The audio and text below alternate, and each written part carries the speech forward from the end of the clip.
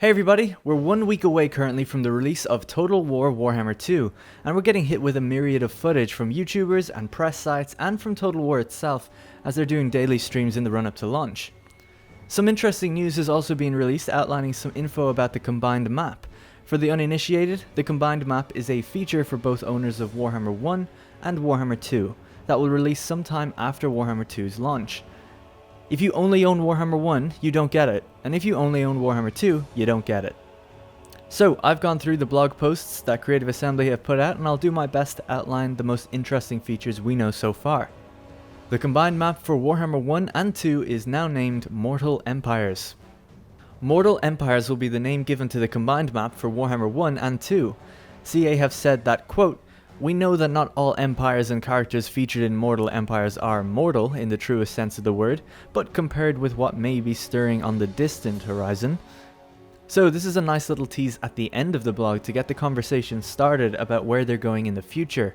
The immediate assumption is that they're talking about Tomb Kings because of the fixation on the word mortal, and Tomb Kings are undead.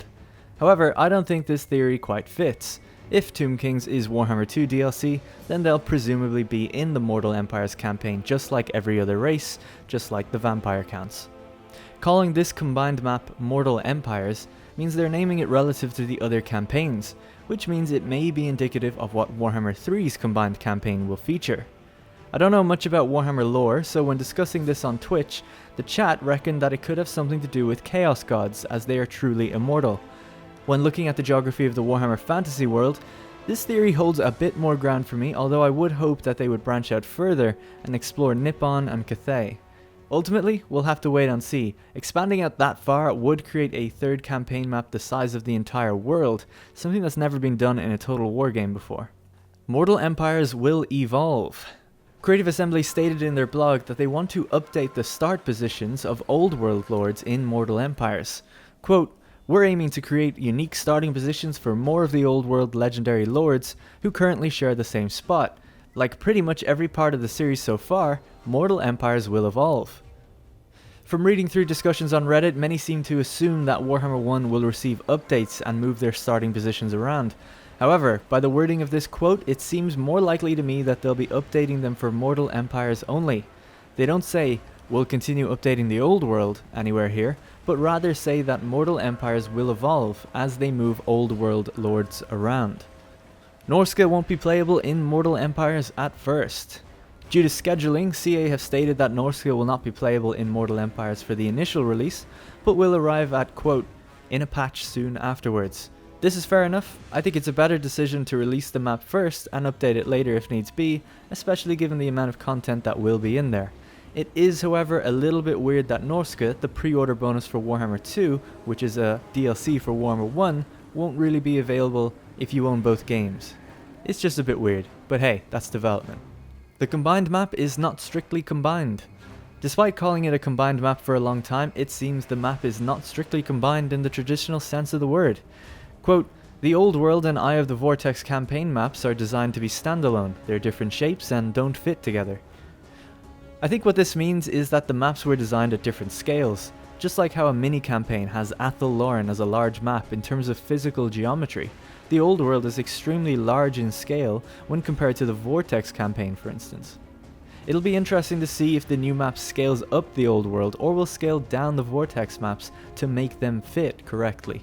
Either way, it seems like there will be a lot there. Mortal Empires will have a lot to conquer. Mortal Empires will have 295 settlements to conquer. This is over double the amount for Warhammer 1's campaign, which had 142 settlements. What's interesting to me is that they did not outline the number of settlements in the Vortex map, though we'll know what that is soon enough, or maybe some YouTubers with access can look it up. Knowing that number will give us an idea of what we could have expected a combined number to be, and see how much less it is overall. I'm not complaining though, 300 settlements is huge, and the amount of races available looks like it's going to make for an extremely varied campaign. Unfortunately, with 117 factions, the end turn times for Mortal Empires are going to be long. CA have said that, quote, "There's no getting around it, as it's just a reality of the situation. I recommend getting better CPUs if you're looking for a hardware upgrade if you want to cycle through the AI faster, or appeal to a modder to remove some of the smaller factions to maybe make a low-end hardware mod." Mortal Empires will contain features from Warhammer 2's campaign map. Mortal Empires will carry over and contain new features that are present in Warhammer 2's map. While this was kind of expected, it's great news because it means the old factions should be able to play just fine against the new ones. We can expect to see updated breath attacks for dragons, treasure hunting and encounters at sea, rogue armies, bigger capital cities, choke point battles and universal territory capture with climate mechanics. Interestingly, discounting the Vortex map, that's basically all the new features that's in the game. So finally, some of the terrible decisions in Warhammer 1 are being done away with as the series goes on.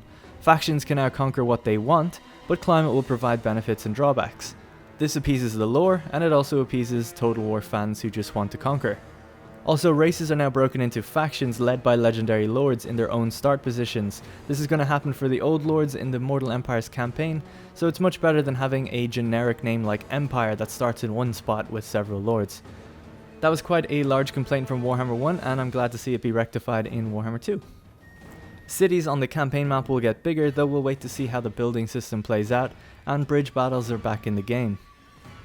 I think if we keep banging the sieges drum for a while, maybe they'll even give us minor settlements one day. Warhammer 2 is shaping up to be pretty good. Creative Assembly also outlined a free DLC array for this game, so you can expect it to be followed by a lot of DLC and a lot of free content to go along with it. I don't have early access to this game, so I'll be streaming it on launch day and each day after for about a week as I prepare my review for the game, so hopefully you can tune in for that. Getting community opinion really helps with the review, so make sure you voice things you like and don't like. In the meantime, check out Lionheart X10 and Pixelated Apollo. They've got 5 hours of Dark Elves co-op up already, so there's plenty of stuff to chew on there. That's all from me. Let me know if you enjoyed the video and what you think of the Mortal Empires campaign. Thanks, and I'll see you in the next one.